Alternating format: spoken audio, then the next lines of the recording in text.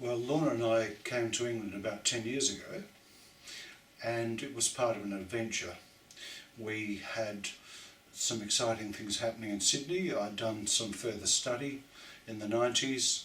I applied for jobs in America and England and landed a job in a high school up in Doncaster. Briefly taught there, moved on to a job in working in the church as a director of music, and then noticed a job for a peripatetic piano teacher in Somerset with the Somerset Music Service.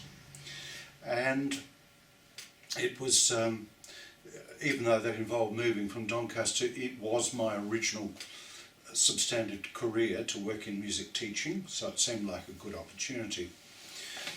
So I applied for that job, and an additional part of that job was a community music person in conjunction with Lorna Gillan, my wife, to visit schools and give concerts, and particularly in our community music making that would focus on folk music and children's music, because I've written lots of children's music.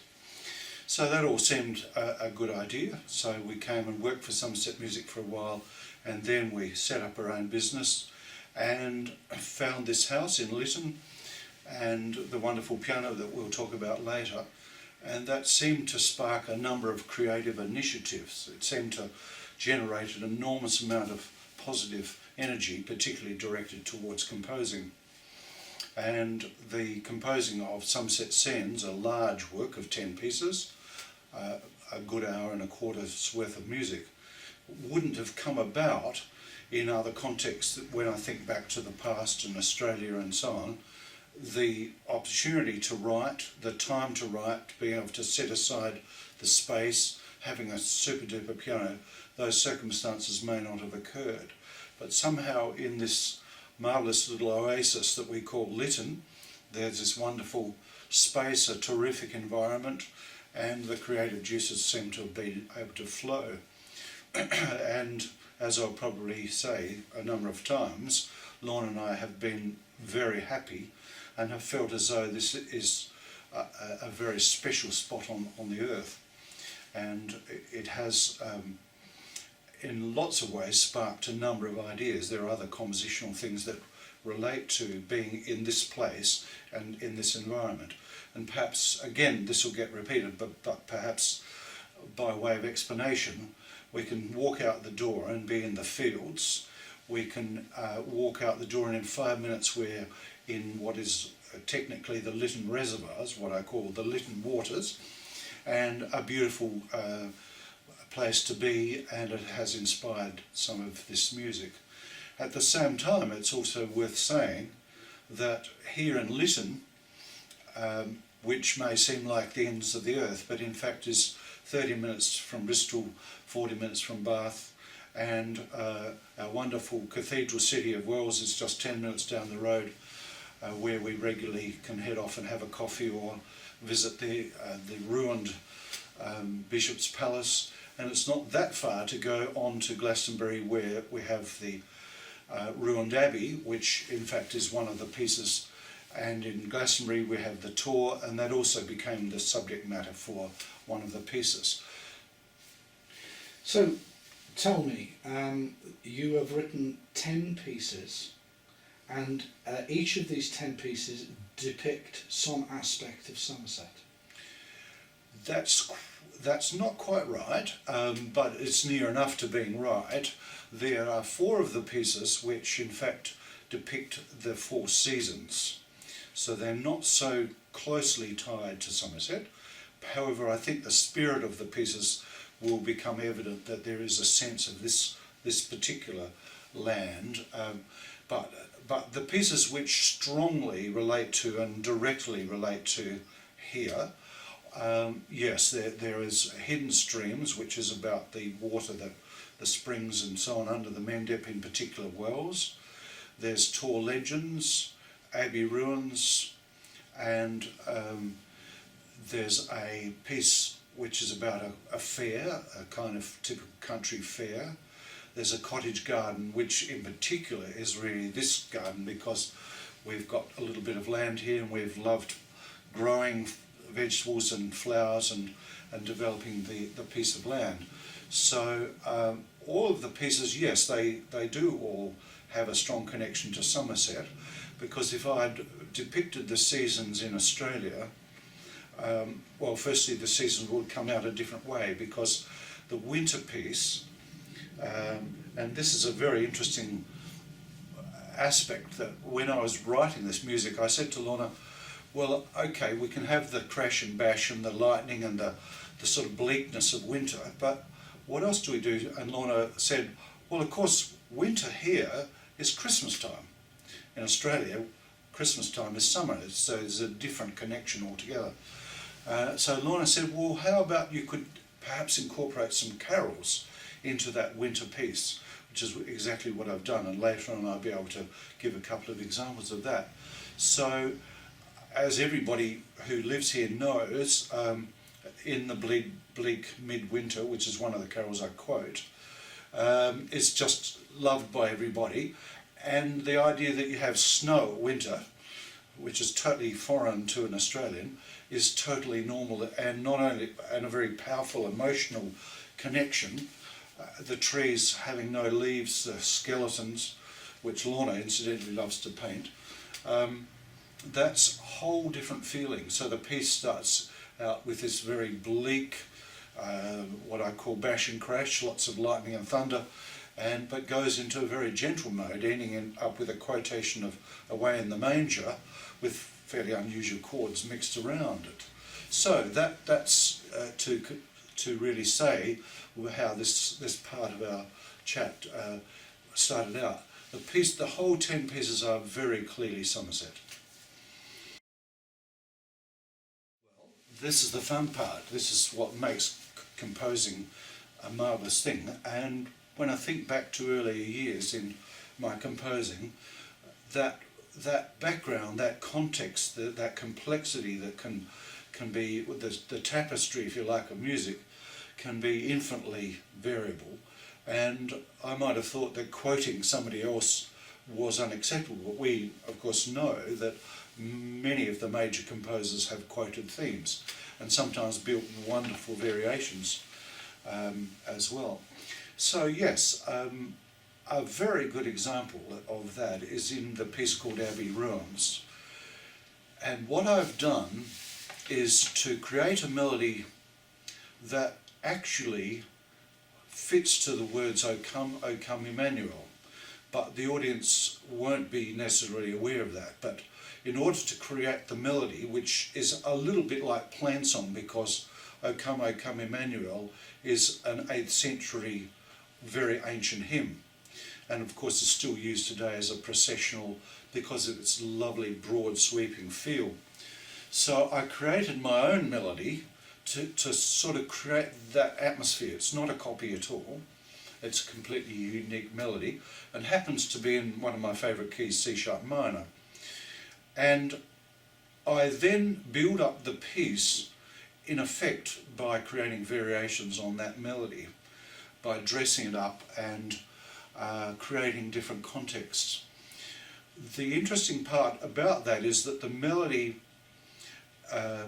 is stated in its summary form, and the end section of the so-called song, it isn't a song, but because the words are in the back of that melody, the part that comes at the end, which is rejoice, rejoice, it never appears until the end, the equivalent of that triumphal kind of section. And essentially the pain and destruction of the abbey has to come through. So this is a very gentle melody, which is suggesting the timeless pilgrimage of the church and the struggle of the church. The gentle melody comes right to the very end. It still comes through in spite of, again, some loud chords and if I use this term, bash and crash, appearing to really create havoc and destroy the beauty of that melody. And I see this piece as quite a strong and deliberate portrayal of the conflict between peace and the timelessness of the human race, and if you like, the best part of how the church works, building community, and the way in which power and the rule of law and destructive qualities can come in and effectively, in this case, destroy the abbey. My reference point behind that is that Claude Debussy wrote a series of preludes, and there's one called The Sunken Cathedral. Now, hopefully I haven't copied it. People will be able to see straight away if I have, and I would be disappointed. But there is a wonderful tone poem called The Sunken Cathedral. I am influenced by Debussy in the use of chords which often omit the third. They are bare chords, like what we call organum. Organum was 8th century church music where the hymn was harmonised without the middle note of the chord. Do we need an example of that? Yes, could you just show an example? Yes, a very bare chord like this.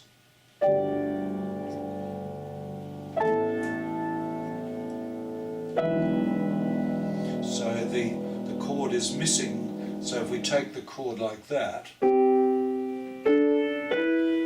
which is a drone effect, and we're leaving out that note, which makes it into a major or minor chord. So the chord is like a drone effect. Isn't that sometimes called an open chord? And nowadays, and that's a very interesting thing, because in sheet music and pop music, they've started.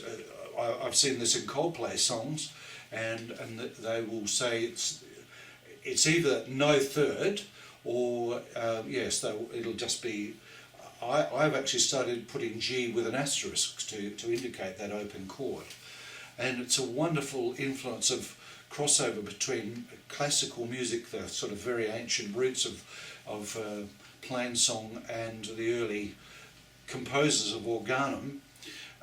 It's also a very strong influence from folk music, because folk music uses drones and always has. Who knows who could claim the ownership of that open sounding harmony? What it does when it's used in piano music, or for that matter in so-called classical music, is that it allows you to create a texture which is quite elusive. It a kind of crossover between keys. Shall I Yes. show how that can work? So you can set up a chord, and then maybe some notes, but that chord still is sort of sitting there.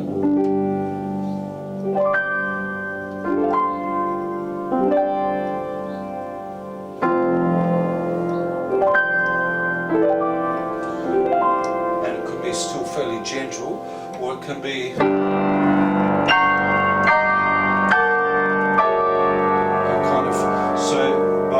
particularly using the chords down the bottom, and then some overlays. Then again, you're suggesting two levels of reality, two levels of action, if you like.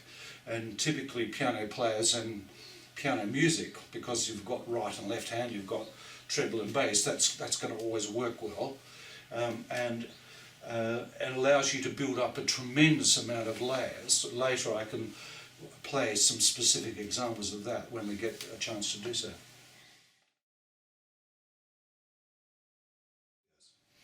Well, I need to tell a bit of a story in order to understand where my composing started from and where it developed, the influences that led me to this day. As a child, I didn't enjoy the what I thought was fairly boring sort of grand stave and learning ABC of music. So my mother found a teacher who taught me chords. And so at a very early age, I learnt to play boogie and really loved improvising. And that's really the sort of basis of my composing. It started with boogie. And with the sheer freedom of messing around, I've always regarded boogie as a kind of form of showing off and messing around and being very extrovert, and just the sheer joy of life. When I went through the conservatorium, the inevitable influences came from certain composers, and as I began to develop as a concert pianist, as well, the influences from those composers, and they are very strongly people like Gershwin, and I play Rhapsody in Blue. I haven't played it for a while, but I love the piano concerto. So Gershwin strongly influenced me because he seemed to be able to write lovely melodies, strong rhythms, but just have a zest and a sheer joy of life coming through, which makes it incredibly sad that he died from a brain tumour. Also, I grew up in a context where my mother, and she was the main influence, didn't like opera and didn't like classical music, but did love shows. And my mother and my grandmother, who was a singer, did have a lot of music, and we would all get around the piano and have sing-songs. So there was a lot of repertoire that I was influenced by.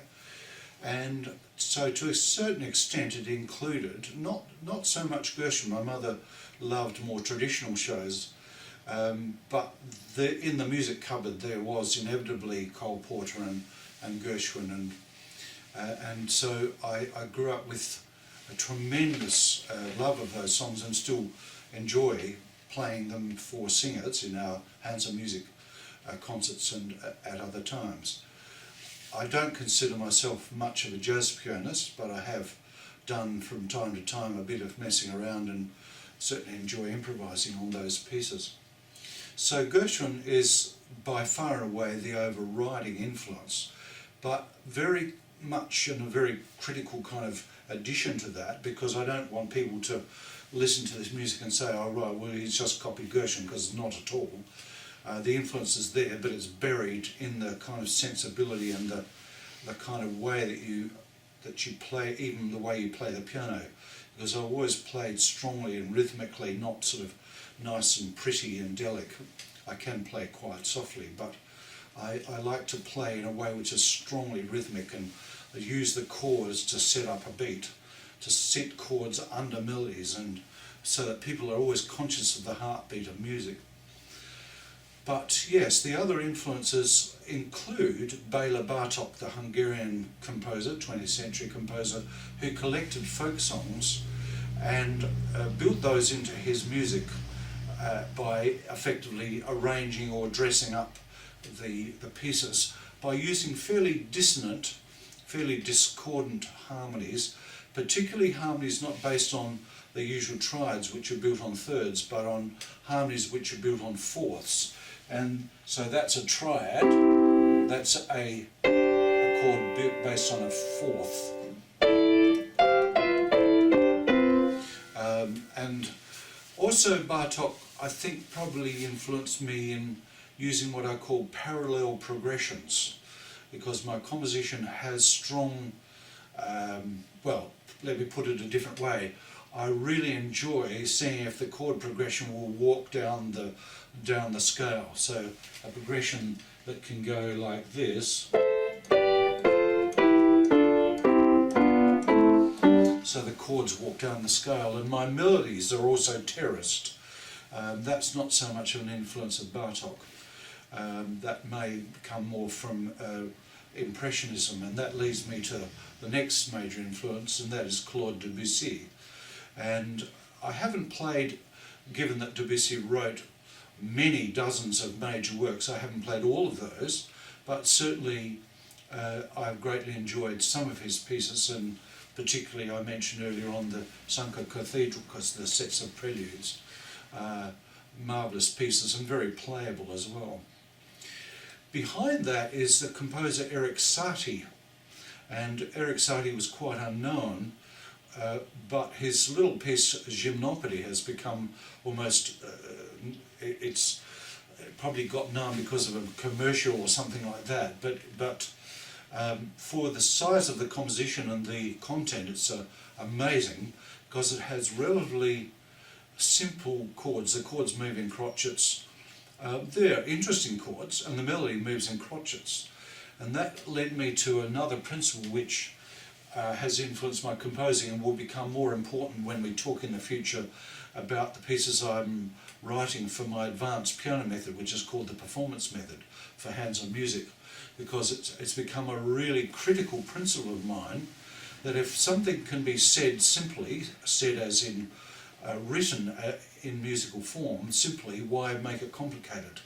So there are times in this Somerset Scenes where the music may seem quite facile. It may seem, well, there's just not enough going on. And there's even a hint of a bit of minimalism in that regard. I certainly am not trying to be a minimalist, but there's a spot in the final piece, number 10, which is about the landscape. I've called the last piece Living Landscapes. And that piece, it gets to a point after some very busy activity where it is just totally peaceful. And there's a lovely arpeggio, but instead of, as you would in a classical context, change the chords as many times as you can, the chord doesn't change. It's the longest time I've ever used one chord, I think, and I built this just very gentle sort of melody, again with a slightly architectural sense of covering quite a big section of the piano, but only one chord. So the Impressionist influence, which is often about stasis rather than activity, about being at peace rather than the music implying struggle and of course concord and discord are exactly about that. And the aesthetics of music through history have been a movement from the original concords to increasing use of dissonance to a point where only dissonance was used. Concord was sort of considered rather passé, back to a point where I think we have a much better balance. And later I will actually talk a lot more about harmony to sort of explain this a little bit further. One or two more influences, may seem quite a lot of influences, but in actual fact I am very eclectic. I'm not in any way dogmatic about my musical taste. Partly as a music teacher, music educator, I think it's crucial that you understand a range of music from Bach to Beethoven to Mahler to Bruckner, whatever, and so I have an extensive background through playing CDs and going to concerts as most people do. So other influences that creep in, I've always loved playing in concerts some Rachmaninoff, because he's the man. When I use the term bash and crash, it's a bit nasty, but I mean it means bravura, it means showing off, it means great hefty octaves up and down the piano. So any piano piece has to have a bit of showpiece stuff, and those influences, and a bit of lush harmony perhaps comes from Rachmaninoff.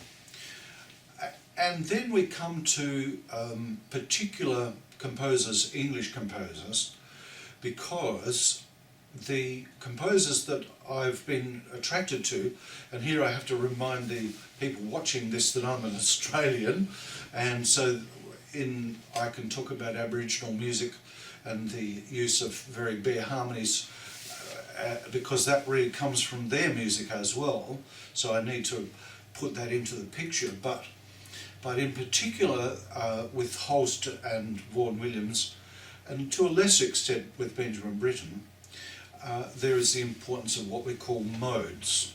Now, modes are the ancient scales, supposedly coming from the Greeks, and the major and minor scale are two of the original 7 modes.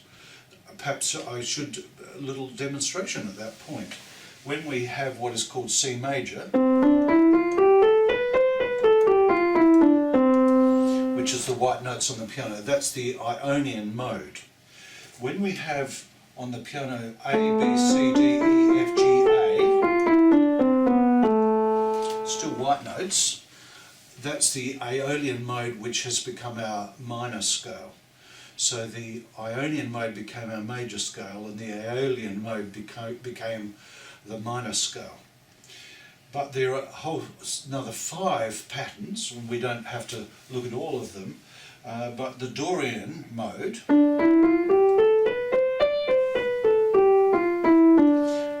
doesn't at all sound like a major or a minor scale, and we would hear this sort of sound. Or if we take a known tune,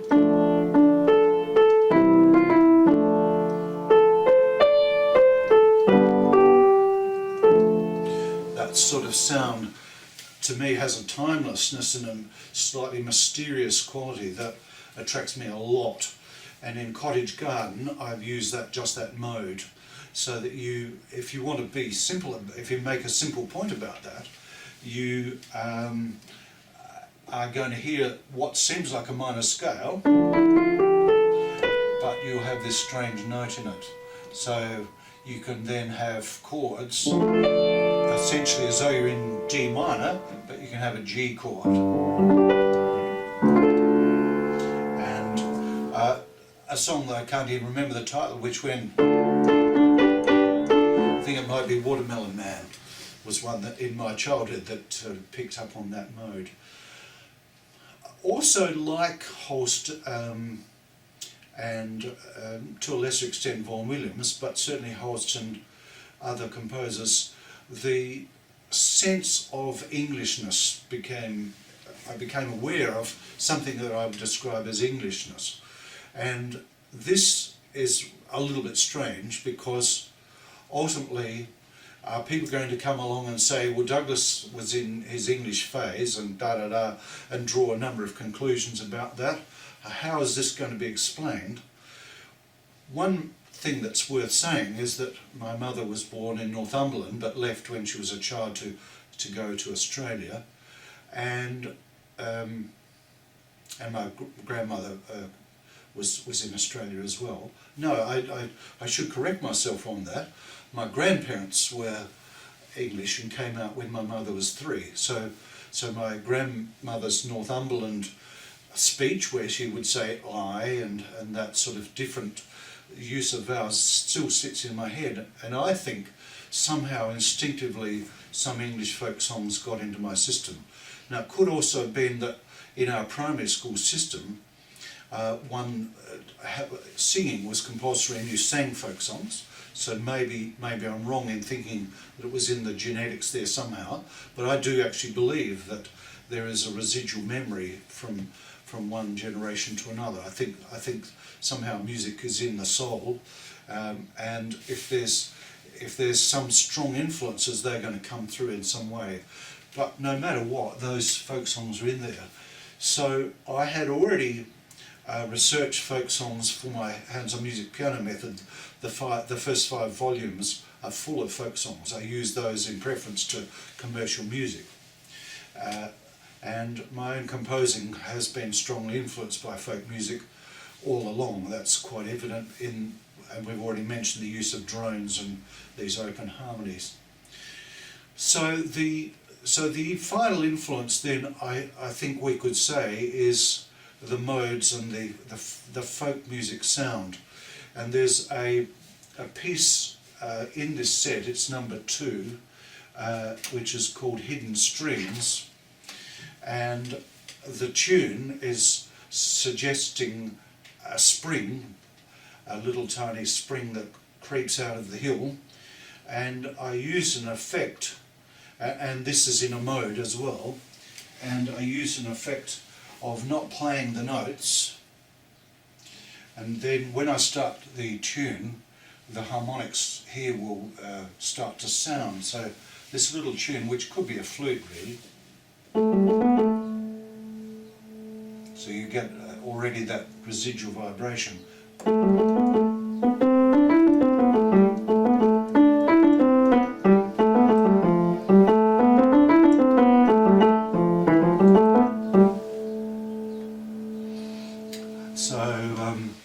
That's a simple tune, but it could be anywhere from the 2nd century right up to now.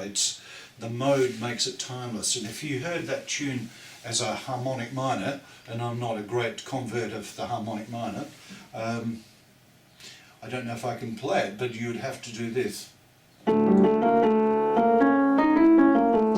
would start to become a harmonic minor, which is slightly oriental anyway.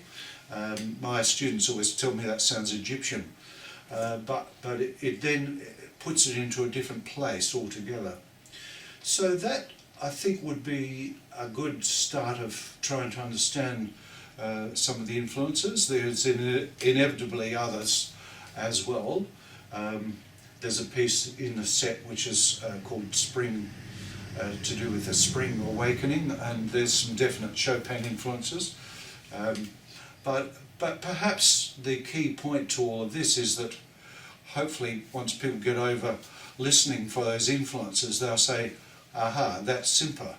And the things that are particularly my way of doing, of creating music and of doing music sounds, are the juxtaposition of old and new. As I've already hinted, the modes could in a way be ancient, but the harmonies are very much my own strength. As an example of that, is that I love to use suspension chords. In pop music we call them sus chords. Which are fourths, aren't they? Which lend themselves to being open fourths.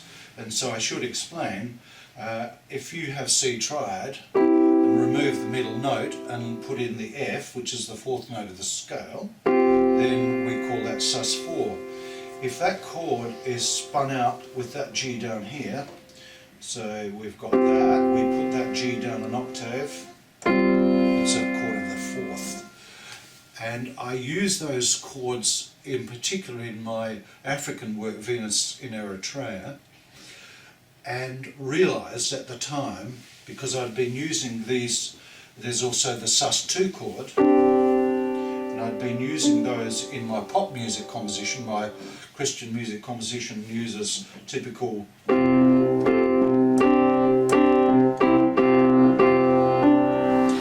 when I came to write the African piece in the late 90s, I suddenly realised that in fact the crossover, because African music uses the chords of the sus chords as well, I thought, aha, there's another crossover here from music from other cultures, which is a big interest of mine, multicultural influences anyway.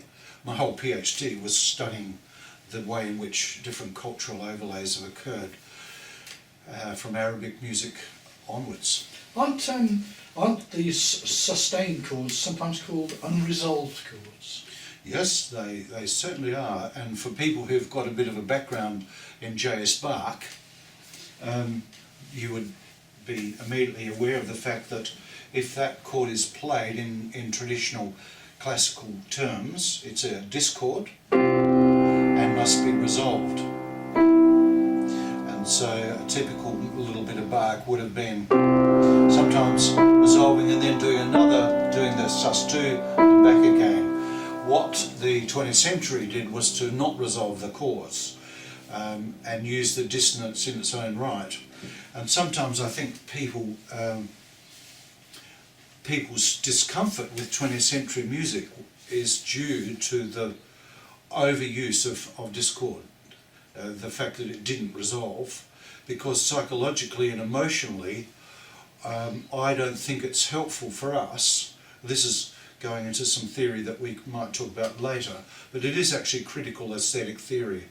Do we want to be in a state of tension and have that sense of unresolution? I think not. I think human beings need to be stretched and be pushed and to look at the darkness and to be able to go into difficult, perhaps negative spaces, because music in the end has to express themes of love and hate, of war and peace. But I don't think, and ultimately for me it would be a faith statement, I don't think we need to stay in the state of war or the state of agony or of hatred. And I think that music and the arts have some responsibility ultimately to allow people to, if you like, to withdraw, be taken into the dark places of our history or our culture, because otherwise we're living in a dreamland. And I was going to say, part of the journey of life is going to be discord and unresolved things, but it generally comes back again. And any substantial piece of music would also take the listener into some of these areas and then bring them back online again, one hopes. Well, it does very much so, and hopefully when we're ready to play a complete piece, or maybe take some snippets, that might work more effectively, to have some excerpts to show that very point. The best example of that is in Tor Legends, where I've set up a very brooding opening. Should I play a couple of those chords? It's a very brooding. Start with this very brooding sound.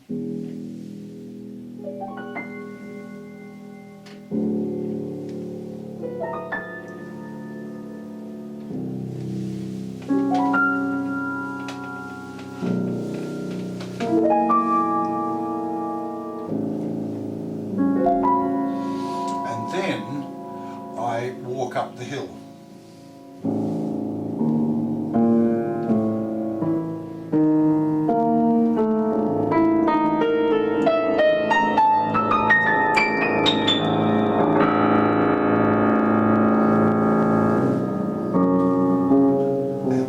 Same sort of thing, and it comes up to a tremendous climax where we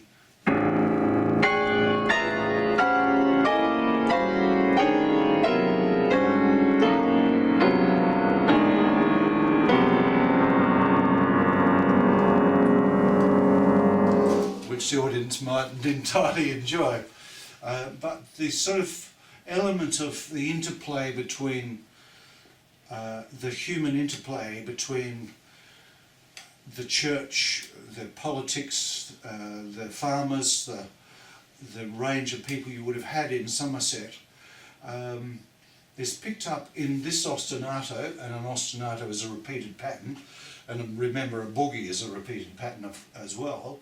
But we have this rather strange tune, somewhat influenced by the composer Prokofiev.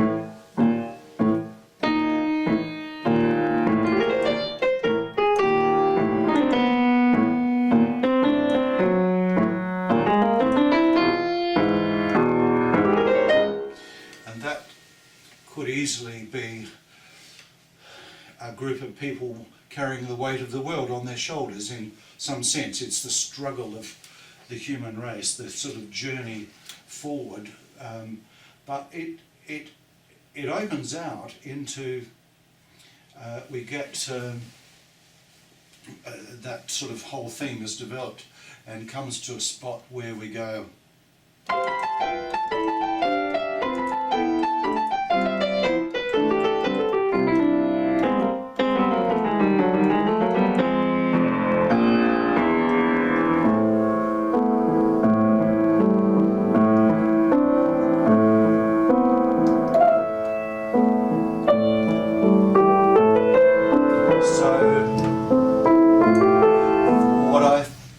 Somewhat wistful, the sense of yearning that people have to not be drowning, to not, in a sense, lose the basic qualities of life. And we as humans, I think, will struggle, and if not fight, to protect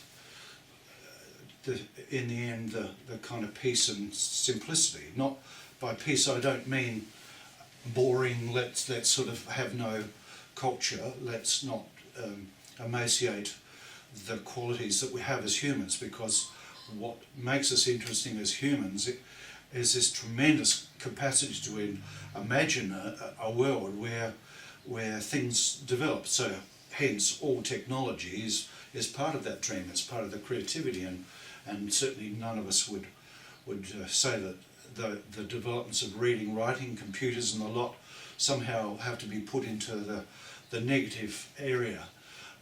What I'm talking here is much more about the mental state for our human journey, that alongside of the tremendous developments in social structures and political structures and technology, and for that matter alexploration and improving the way we look after the environment. A greater understanding. That, yeah, in the end we have the ability to to be able to sit still and say, okay, and just be still with where we see ourselves at, not as a kind of running away from or ignoring or in a sense simply closing our eyes, to be totally aware of the world struggle, but equally as much to be able to be in a place that says, I will accept that I can't change everything. I'm doing my role is to bring friendship or kindness, or to help children to discover the joy of music, and that's okay. I can't build spaceships to go to Mars. That's not what I'm doing. And so the music expresses some of that yearning, to really the yearning for acceptance.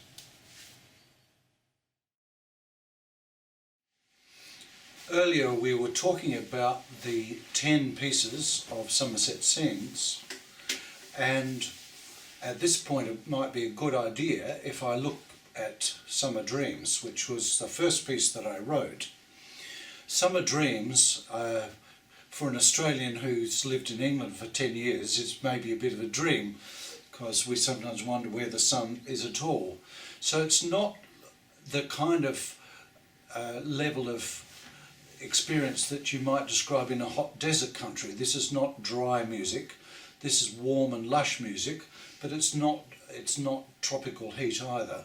This is music that might sound to some people as coming from Gustav Holst or Vaughan Williams. The theme to this tune is not where the piece starts. I actually wrote the theme down at Shepton Mallet when I was working, and one of my students came in and I was playing a little bit of it, only about 8 bars, and she said it sounded really summery, and that's why I thought of the title. So the original theme, in fact, is this.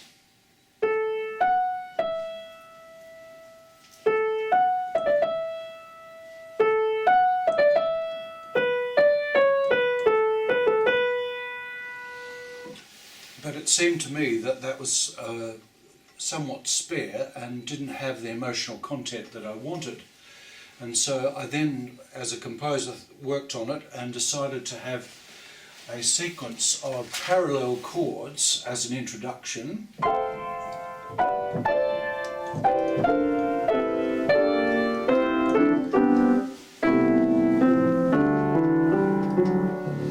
And then have the melody start in an entirely different way with a sequence of parallel chords moving in the left hand.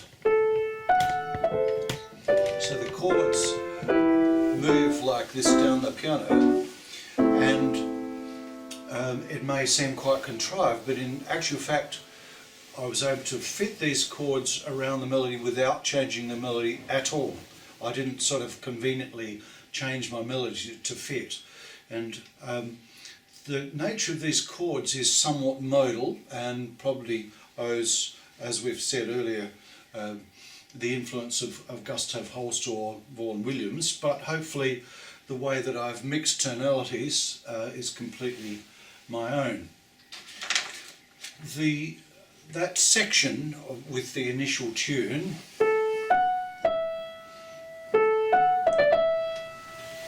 is a gentle piece reminiscent of the way you might meander through the fields on a lovely summer's day. It doesn't create much drama, but of course for us summer can have other emotional content. It can be windy, or it can be a time of rest or passion or other emotions. So the middle section of this piece has a entirely different theme, which is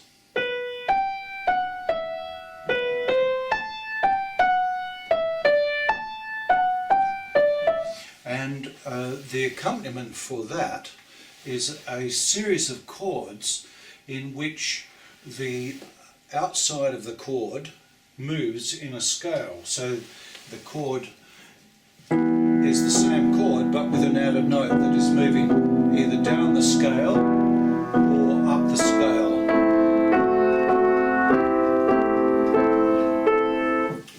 creates an anchor point in the principles of harmony, where the common note stays in the same part, that works effectively to create a link across the melody. But the harmony becomes quite complex, and it modulates as well. And then the piece moves into what I call a water motive, and these are broken chords that are a lovely feature. So it's a nice pattern. And then the original theme returns with the more dramatic content, and then the theme also is picked up in the left hand with broken chords, and eventually coming back to the opening parallel chords that we had in the introduction. So this piece, which was the first written, even though it's number 9 in the set, it was the first one that I wrote in this series, and was so enjoyable, and a lot of people who have heard it have said, wow, you know, that it's just a very effective piece of music. It's not as long as some of the others. It doesn't have any great dramatic Rachmaninoff style bash and crash. It's a lyrical piece, and it sits beautifully before the big grand climax.